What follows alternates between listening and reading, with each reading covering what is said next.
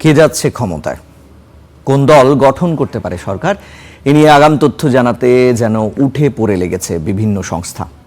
এসব জরিপে কোনোটি মিলে গেছে বিশ্ববিদ্যালয়ের ছাত্র সংসদ নির্বাচনে। এ নিয়ে মানুষের আগ্রহ ব্যাপক।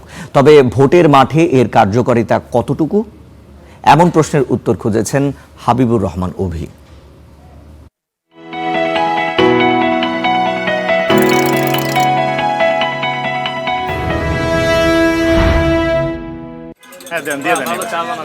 নির্বাচন, গণভোট আর ভোটের অধিকার এসবই এখন আলোচনার কেন্দ্রে প্রত্যন্ত গ্রাম, শহর, নগর, বন্দর থেকে পাড়া মহল্লায়।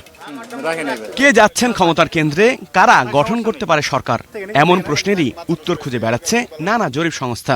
ভোটাররা কে কি ভাবছে তাই তাদের গবেষণার উপজীব্য। সম্প্রতি 5টি ছাত্র সংসদ নির্বাচনের আগেও এ ধরনের জরিপ চালিয়েছে একাধিক প্রতিষ্ঠান। অনেকের জরিপের রেজাল্ট কাছাকাছি মিলে গেছে ভোটের ফলাফলের সঙ্গে। এমন প্রতিষ্ঠানেরই একটি ন্যারেটিভ। ছাত্র সংসদের পর যারা এখন তুলে আনার চেষ্টা করছে ত্রয়োদশ জাতীয় সংসদ নির্বাচনে ভোটারদের মনস্তাত্ত্বিক গতিবিধি। আমরা টোটাল 295টি কনস্টিটিউয়েন্সি কভার করেছি এখানে। Certified random sampling method based on census 2022। আমাদের 2022 সালে সর্বশেষ যে আদমশুমারিটি হয়েছিল সে আদমশুমারিকে বেস করে যারা বিএনপিকে সাপোর্ট করতেছে তার পাস্ট এক্সপিরিয়েন্স দেখে সাপোর্ট করতেছে। আবার কেন জামাতকে সাপোর্ট করতেছেন, সে প্রায় অলমোস্ট 50% মানুষ মনে করতেছে জামাত লেস করাপ্ট। তার মানে আমাদের এই আগের যে আমরা মেথডটা অ্যাপ্লাই করেছি সবগুলো জায়গাতে, সেই মেথডের আলোকে আমরা ন্যাশনালিও প্রেডিক্ট করতেছি এখন। জাতীয় নির্বাচন নিয়ে সবশেষ চালানোর জরিপটি ছিল International Institute of Law and Diplomacy, projection BD, জাগরণ এবং ন্যারেটিভের যৌথ উদ্যোগে। এই জরিপ আভাস দেয় বিএনপি ও জামাত ইসলামের মধ্যে হাড্ডাহাড্ডি লড়াইয়ের। নানা শ্রেণী পেশার 22,000-এর বেশি ভোটারের অংশগ্রহণে চালানো জরিপে উঠে আসে এমন তথ্য। এর ফলাফল বলছে 34% মতো ভোটার বিএনপিকে ভোট দিতে চায়, আর 33% সমর্থন জামাতের দিকে।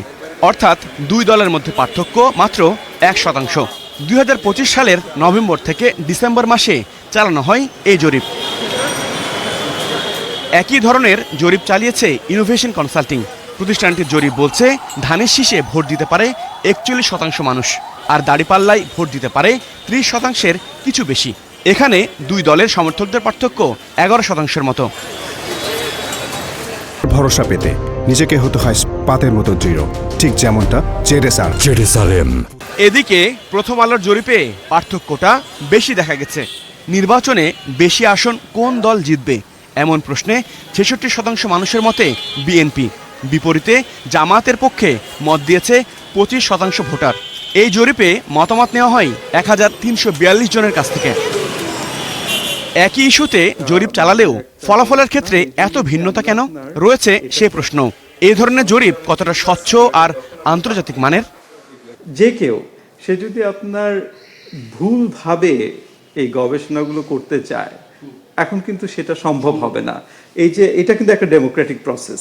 জনমত জরিপগুলো আপনার তাহলে বায়াসড হবে না, আস্তে আস্তে সেগুলো বাধ্য হবে সঠিক তথ্যটা দেওয়ার চেষ্টা করবে। এটা একটা লিটমাস টেস্ট। যে দলগুলো যারা এবং রাষ্ট্র পরিচালনায় যারা আপনারা আসতে চান, তারা তখন এগুলো নিয়ে একটা সিগন্যাল পাবেন। তারা তখন বুঝতে পারবেন যে তাদের কি করা উচিত, তারা কি কারেকশন নেওয়া উচিত। তবে বিশ্লেষকদের মতে জাতীয় নির্বাচনে রয়েছে এ ধরনের আগাম জরিপের প্রভাব। কাকে ভোট দেবেন যেসব ভোটার এখনো সিদ্ধান্ত নেননি, মূলত তাদের মনস্তত্ত্বেই এর প্রভাবটা বেশি বলে মনে করছেন রাজনৈতিক বিশ্লেষকরা। মোস্ট রিসেন্ট যে জরিপটা হলো সেখানে বলেছে যে দুই দলের বা দুই জোটের মধ্যে পার্থক্য 1%। আমি মনে করি এটা ক্লোজ টু রিয়ালিটি। আমেরিকা এটা কিন্তু হয় যে আপনি গ্যাপটা আস্তে আস্তে ক্লোজ করে আসে। বিশ্বাসযোগ্য নির্বাচন হয়েছে কিন্তু 2001-এ। সো এই 25 বছরের ভোটার, 25 বছরের ইস্যুজ চেঞ্জ হয়েছে। 25 বছরে আমাদের মুক্তিযুদ্ধের প্রতি, ইসলামী মূল্যবোধের প্রতি, আমাদের আইডেন্টিটি পলিটিক্স, আমাদের আবার আপরাইজিং, এত ব্যাপক সোশ্যাল চেঞ্জ হয়েছে। বাংলাদেশের রাজনৈতিক পরিমণ্ডলে ভোটিং পপুলেশনের মধ্যে কিন্তু একটা সাইসমিক শিফট হয়েছে। জরিপ নিয়ে ভিন্ন মত রয়েছে, রাজনৈতিক উদ্দেশ্য প্রণোদিত কিংবা পক্ষপাতিত্ব। নানা কারণেই জরিপ পরিচালনা করা হয় বলেও মনে করেন এই বিশ্লেষক।